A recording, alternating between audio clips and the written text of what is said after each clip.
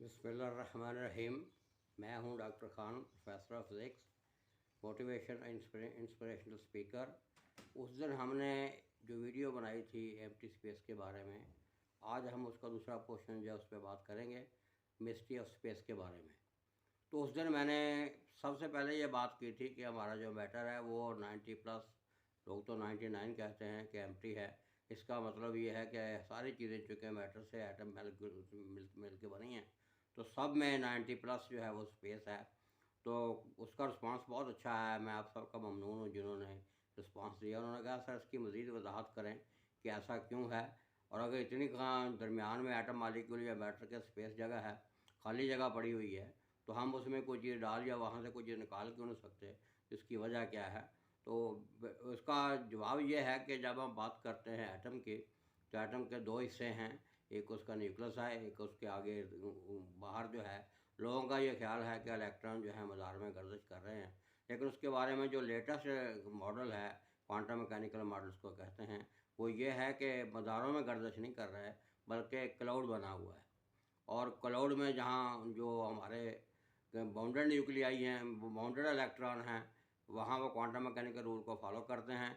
वहाँ उनकी एग्जिस्टेंस जो है उसकी प्रोबेबिलिटी मैक्सिमम होती है। और जो फ्री इलेक्ट्रॉन हैं वो क्वांटम मैकेनिकल प्रिंसिपल को फॉलो नहीं करते, वहाँ उनकी प्रोबेबिलिटी जो मिनिमम होती है। तो हम क्लाउड के हवाले से बात करेंगे कि खाली जगह में हम क्यों कुछ चीज़ें नहीं डाल सकते और क्यों कहीं निकाल सकते। ये सारी चीज़ें, ये फ्री इलेक्ट्रॉन हूँ या बाउंडेड इलेक्ट्रॉन हूँ, यही हाल हमारे फ्री न्यूक्लियन का और फ्री बाउंडेड न्यूक्लियन का है कि वो भी गर्दिश में रहते हैं। इसकी मिसाल बिल्कुल ऐसे ही है कि जैसे ये आपका जो मैटर है, इसके इर्द गिर्द जो है या इसके अंदर जो है, जैसे अभी मैंने क्लाउड की बात की है, तो ये हर तरफ जो है बॉडी गार्ड जो असला लेके बैठे हुए हैं। इस वजह से उसकी निगरानी कर रहे हैं और वो मुसलसल हरकत कर रहे हैं। वो जो खाली जगह आपको नज़र आ रही है, एक्चुअली वो खाली जगह नहीं है। हर वक्त कोई ना कोई वहाँ मौजूद होता है, इस वजह से हम ना उसके अंदर कुछ चीज़ डाल सकते हैं, ना वहाँ से कोई चीज़ निकाल सकते हैं। तो ये तो पहले जो मैंने बात की थी कि इलेक्ट्रॉन हूँ या न्यूक्लियन हूँ, वो कांस्टेंट मोशन में रहते हैं और तकरीबन वेलोसिटी ऑफ लाइट से हरकत करते हैं।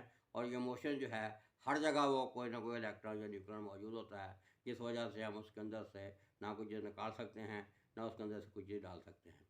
दूसरी मैंने बात की थी जिनों और चुड़ैलों के बारे में कि बहुत बड़ी कोठी होती है, उसमें जिन और चुड़ैलें होती हैं, तो वो हमें नज़र नहीं आती, लेकिन जब आप उनसे कोई छेड़छाड़ करते हैं तो वो अपनी जो मौजूदगी जो है उसका इजहार करती हैं। इसके आपने कहा है कि इसकी टेक्निकल मिसाल जो है वो दें। उसकी टेक्निकल मिसाल ये है कि आपका जो अल्लाह ताला ने हमें एनर्जी से नवाजा हुआ है, जिसको हम इलेक्ट्रोमैग्नेटिक एनर्जी या इलेक्ट्रोमैग्नेटिक स्पेक्ट्रम कहते हैं, वो स्पेस में हर जगह मौजूद है, लेकिन वो नज़र तो नहीं आता।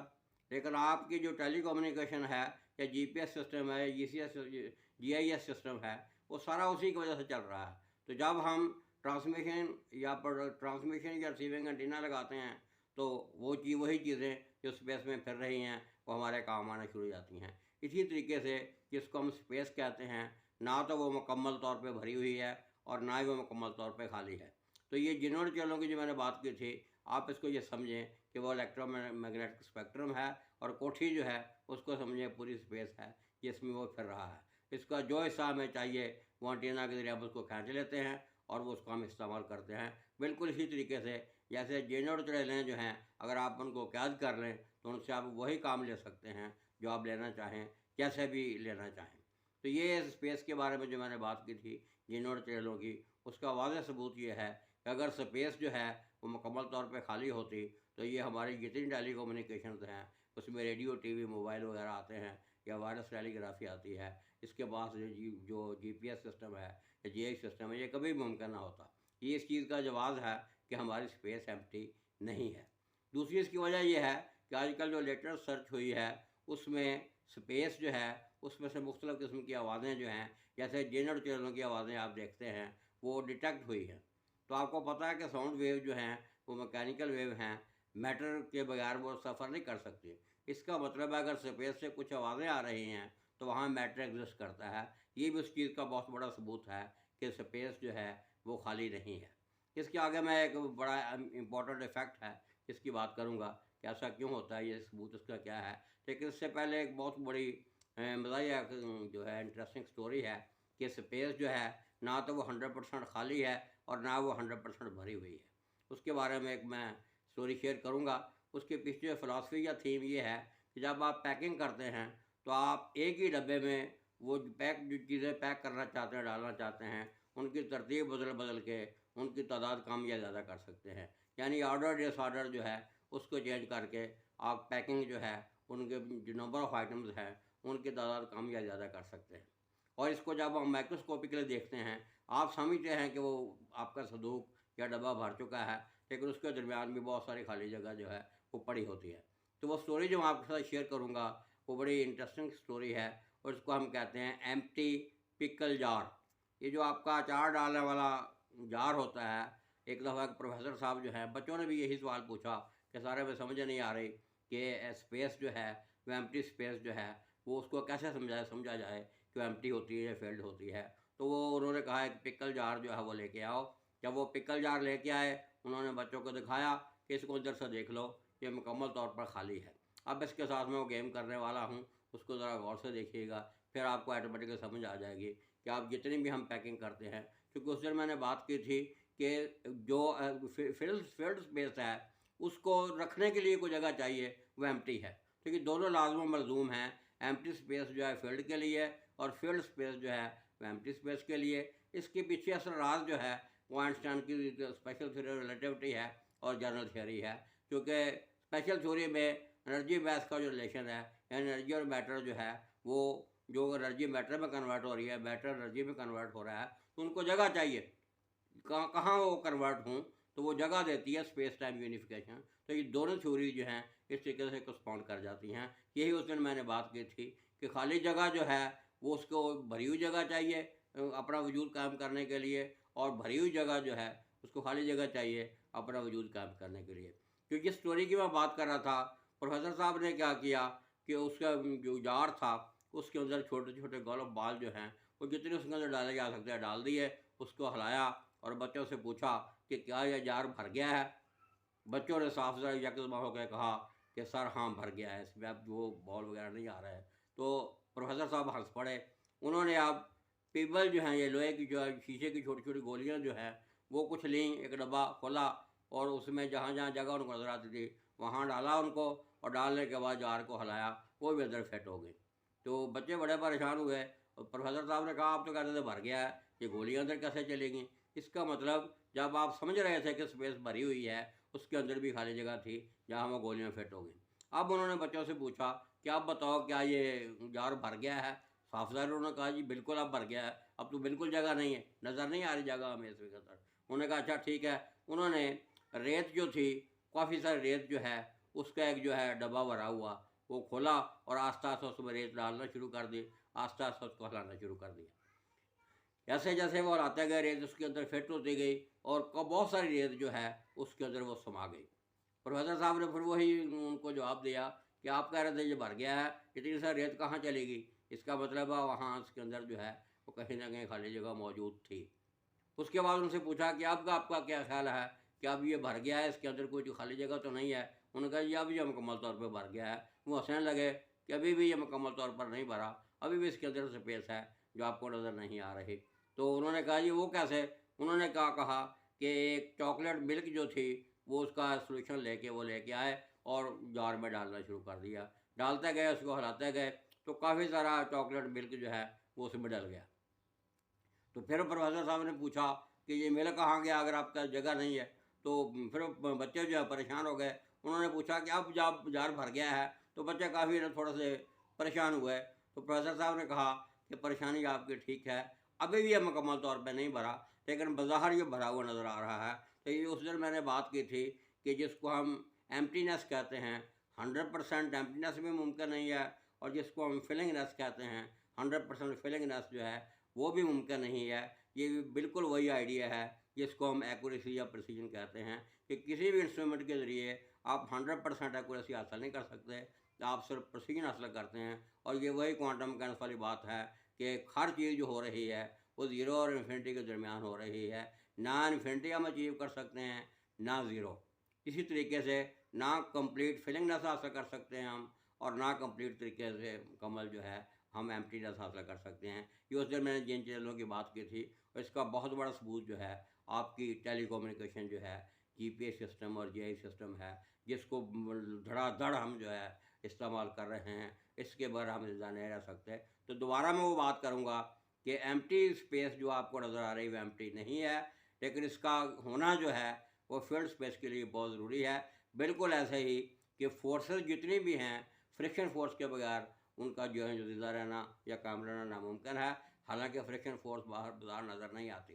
तो ये क्वांटम मैकेनिकल लेवल के फार्मूले हैं, ये बड़े एडवांस लेवल की बातें हैं, जिनको मैं बड़ा सादा लेवल पे जो है वो बातें करने की कोशिश कर रहा हूँ।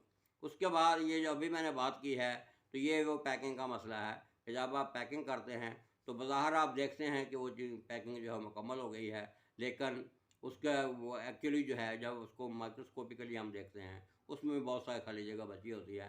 मसलन इंसानी जिस्म के बारे में कहते हैं कि ये 99% इसमें एम्प्टी स्पेस है। अगर वो एम्प्टी स्पेस निकाल दी जाए तो एक छोटी सी डब्बी में आ सकता है। यही हाल बाकियों का है। तो मुझे वो याद आ रहा है, रदरफोर्ड ने जब वो एटॉमिक मॉडल दिया था तो उसने एक मिसाल दी थी मार्बल और जो स्टेडियम की, कि न्यूक्लियस और इलेक्ट्रॉन जो है उसके दरमियान जो फासला है, खाली जगह जो है, यानी स्टेडियम की बाकी जगह खाली पड़ी है, सिर्फ मार्बल की गोली जो न्यूक्लियस है वो फील्ड है जिसको हम न्यूक्लियस कहते हैं। हालांकि वो फील्ड एम्प्टी ऐसे नहीं है जैसे आप सोचते हैं, जैसे मैंने पहले बात की है उस तरीके से उसको हम कहते हैं कि ये एम्प्टी है। अब स्पेस में ये क्या कुछ हो रहा है, उस दिन मैंने पार्टिकल एंटी पार्टिकल की बात की थी। ये एक्चुअली वर्चुअल जो है पार्टिकल होते हैं, एक्चुअल पार्टिकल नहीं होते, इसलिए वो हमें नज़र भी नहीं आते, लेकिन उनका इफेक्ट नज़र आता है। एक बड़ा इंपॉर्टेंट प्रिंसिपल है जिसको हम कैसमेयर इफेक्ट कहते हैं, कि अगर दो प्लेटें जो हैं उनको मुनासिब फासले पे स्पेस में रख दिया जाए तो कुछ अर्से के बाद आप क्या देखेंगे कि वो प्लेटें जो हैं वो करीब आने शुरू हो गई हैं और आपस में जुड़ गई हैं। तो ये हैरानी वाली बात है कि स्पेस में कौन सी ऐसी चीज़ है जो जिसने इन प्लेटों को जोड़ दिया है। एक्चुअली ये वजह ये होती है कि स्पेस में जो प्रेशर है वो इंटरनल प्रेशर जो है वो कम हो जाता है, एक्सटर्नल प्रेशर बढ़ जाता है। अब वो प्रेशर कहाँ से आया, ये वही जब भी मैंने बात की है कि अभी मैंने इलेक्ट्रोमैग्नेटिक फील्ड की बात की थी, तो स्पेस में सारे फील्ड फिर रहे हैं। यही जो आपका इलेक्ट्रोमैग्नेटिक फील्ड है, ये वर्चुअल फोटॉन जो हैं वो एक्सचेंज होते हैं, जिस वजह से पैदा होता है। तो जब वो फोटॉन आपस में एक्सचेंज होते हैं तो उनकी वजह से प्रेशर बिल्डअप होता है, प्लेटों के बाहर वाला प्रेशर बढ़ जाता है, अंदर वाला कम हो जाता है, और वो प्लेटें जो हैं वो आपस में जुड़ जाती हैं। इसको हम कैसमेयर इफेक्ट कहते हैं। और ये भी इस चीज़ का बहुत बड़ा सबूत है कि एम्प्टी स्पेस जो है वो एम्प्टी नहीं है। तो आज मैंने उससे हट कर थोड़ी सी बातें की हैं। एक दो कोटेशन मैं आपसे शेयर करता हूँ ताकि इनकी मज़ीद वजाहत हो जाए। पहली कोटेशन जो है वो ये है कि empty space is not empty but is the seat of the most violent physics. ये लफ्ज़ यहाँ बड़ा अहम है, वायलेंट। वायलेंट फिजिक्स का दो चार मतलब लिए जा सकते हैं। एक तो उसका मतलब रैंडम भी है कि हर चीज़ हरकत में है, कोई भी स्टेशनरी है। लोगों ने ये पत्थर जो है कितना वो नज़र आ रहा है सॉलिड, आपको नज़र आता है कि उसके अंदर कोई चीज़ हरकत नहीं कर रही होगी, लेकिन जब हम उसको सेमो टाइम में माइक्रोस्कोपिकली हाई रेजोल्यूशन में लेके जाते हैं तो आप हैरान होंगे उसके एटम और मालिक्यूल जो हैं वो भी वाइब्रेट कर रहे हैं। और आजकल जो लेटेस्ट सर्च है कि एनर्जी सिर्फ हाई वाइब्रेट एनर्जी, जो स्ट्रिंग थ्योरी के बारे में किसी और वीडियो में उसके तफसील में बात करूँगा। तो ये अभी जो मैंने बात की है कि एम्प्टी स्पेस जो है वो एम्प्टी नहीं है, बल्कि सीट है, जगह है, वो एक वायलेंट फिजिक्स के लिए। और physical objects are not in space but they are spatially extended. ये बहुत दूसरी बड़ी अहम बात है कि फिजिकली वहाँ चीज़ें बेशक एग्जिस्ट नहीं करती, लेकिन वो जो एग्जिस्ट करती हैं वो कंट्रैक्ट या एक्सपैंड कर रही हैं, जिस वजह स्पेस में फ्लक्चुएशन पैदा हो रही हैं। इसको आजकल हम वैक्यूम फॉर्म या स्पेस फॉर्म भी कहते हैं। तो ये वो जो आगे पीछे हो रही हैं, इस वजह से जो स्पेस में हलचल पैदा हो रही है वो स्पेस को फिल किए हुए है, स्पेस खाली नहीं है। तो ये कोटेशन बड़ी इंपॉर्टेंट है। उसके बाद एक और कोटेशन है, time and space are modes by which we think and not conditions in which we live. ये आइंस्टाइन की बड़ी खूबसूरत कोटेशन है कि टाइम और स्पेस यूनिफिकेशन जो है उसके बारे में उसने बात की है कि ये दो किस्म के मोड्स हैं आपस में। ये वो फिज़िकल चीज़ें नहीं हैं, ये वो कंडीशन नहीं हैं जो हम आम हालात में देखते हैं, सिर्फ हम इनको महसूस कर सकते हैं। तीसरी कोटेशन है कि total energy of the universe is constant. Energy मुख्तलिफ शक्लें बदलती रहती है कायनात में, जैसे मैंने बात की है, लेकिन जब हम नेट एनर्जी की बात करते हैं तो वो कंजर्व करती है, कांस्टेंट रहती है। लेकिन साथ एक और कंडीशन है, but entropy tends towards the maximum, कि इसकी जो एंट्रोपी है वो मैक्सिमम है, यानी ऑर्डर जो है वो डिसऑर्डर में चेंज हो रहा है। और जब ऑर्डर डिसऑर्डर में कोई भी तब्दीली आती है तो वो जहाँ वो तब्दीली आती है उसके आटम और मालिक्यूल जो हैं वो डिस्टर्ब होते हैं।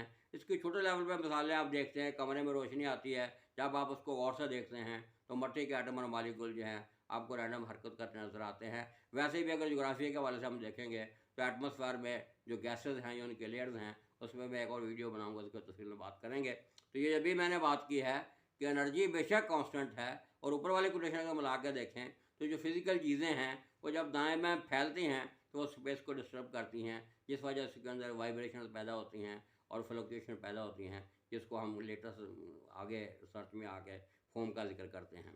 तो आज जो मैंने बातें की हैं, 3 चीज़ें उस दिन मैंने की थी कि स्पेस जो है वो 90% एटम के अंदर खाली है, ज़्यादा मालिक्यूल के अंदर भी खाली होगी, मैटर के अंदर भी खाली होगी, इससे जो एनर्जी बनेगी वो भी खाली होगी।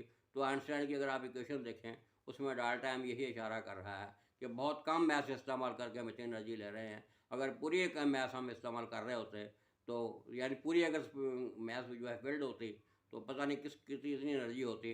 लोगों ने अंदाज़ा लगाया कि जो एटम बम हमारे बने हैं, अगर वो पूरी मैथ को हम इस्तेमाल करें तो पूरी दुनिया को 10 दफ़ा जो है तबाह करने की सलाहियत रखते हैं। तो पहला जो सवाल की मैंने बात की है कि जिसको आप खाली समझते हैं, इस किस्म की वो चीज़ खाली नहीं है, बल्कि स्पेस जो है वो सिकुड़ भी रही है, फैल भी रही है, आगे भी हो रही है, पीछे भी हो रही है, चीज़ें इसके अंदर आ भी रही हैं, जा भी रही हैं, लेकिन वो आपको नज़र नहीं आती जैसे। इस वजह से हमारी स्पेस जो है इसकी सब प्रॉपर्टीज़ हैं। मसलन एयर जो है उसका वॉल्यूम भी है, उसका वेट भी है, उसका टेम्परेचर भी है, उसका प्रेशर भी है, जिसको हम नॉर्मल टेम्परेचर प्रेशर कहते हैं, उसका इलेक्ट्रिक फील्ड भी है, उसका मैग्नेटिक फील्ड भी है, उसका इलेक्ट्रोमैग्नेटिक फील्ड भी है। तो कायनात ये एक निज़ाम बनाया हुआ है।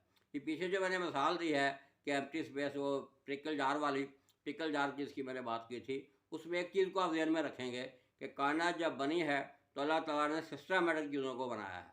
तो उसमें जो मैंने बात की है, अगर आप इस तरतीब से इसको चलेंगे तो फिर उसमें स्पेस बनेगी। अगर आप तरतीब आगे पीछे कर देंगे फिर ज़रूरी नहीं है वो स्पेस बने, जिसका मैंने जिक्र किया है। यानी पहले आपने गॉल्फ बॉल डालने हैं, उसके बाद सैंड डालनी है, उसके बाद जो चॉकलेट मिल्क जो है वो पेबल्स डालने हैं, सैंड डालनी है, चॉकलेट मिल्क डालना है। अगर हम इसको आगे पीछे करेंगे तो फिर पैटर्न उल्ट जाएगा। ये उस तरफ इशारा है कि अल्लाह ताला ने कायनात में एक ख़ास किस्म का पैटर्न रखा हुआ है। आप उस पैटर्न के तहत चलेंगे तो कायनात आपके काम आएगी। अगर आप उसको बिगाड़ने की कोशिश करेंगे तो कायनात जो है वो आपके काम आने की बजाय आपका नुकसान करेगी। तो इसके बारे में अगर आपकी कोई राय हो, आप चूँकि मैंने बातें काफ़ी कर दी हैं, उसने जो मैंने बातें की थी उनके जवाब देने की कोशिश की है। इसके बारे में अगर आपके बारे में कोई सजेशंस हों या कोई नया इल्म हो जो आप शेयर करना चाहें, या कोई सवाल पूछना चाहें, या रिकमेंडेशन देना चाहें, या कोई कमेंट्स देना चाहें, मुझे उसका इंतज़ार रहेगा। और जैसे वो कमेंट्स आएंगे उसके बाद इंशाल्लाह इस वीडियो को अपडेट किया जाएगा। आज इसका जो पार्ट 2 के साथ वो जो मैंने बात की थी मिस्ट्री ऑफ स्पेस की, रिलेटिविटी ऑफ कॉस्मोलॉजी की, या इसकी ब्लैक होल वगैरह की, उसका एक पोर्शन मुकम्मल हो रहा है। इसको अगर आपने तफसील से देखना है इस बात को, तो आपको मेरी एक वीडियो जो है, एक प्रेजेंटेशन है बड़ी मेगा लेवल की, relativity and cosmology in the 21st century, उसको देखना होगा। उसमें ये सारी बातें जो हैं एनिमेशन के साथ तफसीलन मैंने की हैं। उस वक्त तक थैंक यू वेरी मच। आपने इसको लाइक किया, वीडियोज़ को और लाइक करें, शेयर करें, अपने स्टूडेंट्स जो हैं उनको भी बताएं। इसमें मैं बहुत एडवांस लेवल की बातें जो हैं बड़े सादा लेवल पे कर रहा हूँ। उम्मीद है आपको पसंद भी आएंगी। आपके मशवरों से मज़ीद इसमें इम्प्रूवमेंट होती रहेगी। टिल देन, अल्लाह हाफ़िज़, थैंक यू वेरी मच।